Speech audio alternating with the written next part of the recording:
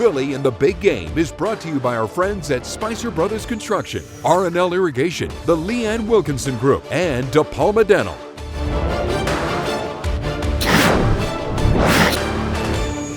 Hey there, everybody. Bill Mich here in Minnesota for Philly in the Big Game. It's unbelievable that the Super Bowl is less than 2 days away. You can feel the excitement. You know that Eagles fans in Philly, here in Minnesota, and back on Delmarva are dripping with excitement. And one of the biggest Eagles fans there is also the voice of the Eagles, longtime legendary radio broadcaster Merrill Reese. And we caught up with Mr. Reese here in Minnesota before Super Bowl 52.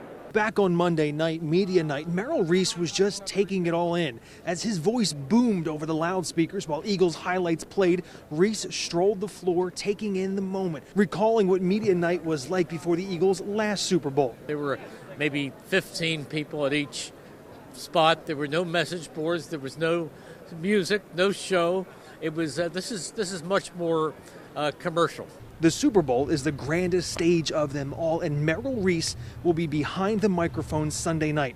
Before last season, Reese told us that he gets nervous before every game, despite calling Eagles games now for more than 40 years. So we asked him, would this game bring any extra nerves? I'm not going to feel any different than I did before the NFC Championship game or the playoff game with Atlanta or the second game of the season. I mean, you know what? We know all the Patriots. I know all the Eagles. Try doing a preseason game when the rosters are at 90, and in the second half, the guys out there are only known to their mothers. I don't think there's degrees of pregame nervousness. I'm nervous for every game, and once the ball is kicked off, I fall into a zone and just broadcast the football game.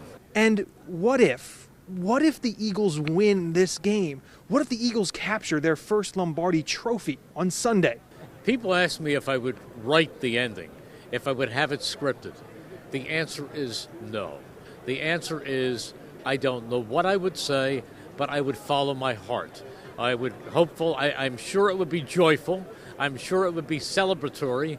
But in terms of what words I'd use or what focus I would have, it would be a wonderful thing to say that the Eagles are finally the Super Bowl champions. But how I'll phrase it or what I'll incorporate into it remains to be seen. I'll just let it happen. Eagles fans everywhere can't wait to hear it. Speaking of the Eagles, there are now less than 2 days left before the big game with the Patriots. And Eagles defensive end and former Patriot Chris Long was asked if he had any secrets he could share about the team in blue and red. These guys on our team know how to watch film. They know how to prepare. They don't need me or LG to break it down to them. It's easy to see we got a tall task, and you got to prepare. For Philly in the Big Game, I am Bill Mich for WBOC News here in Minnesota.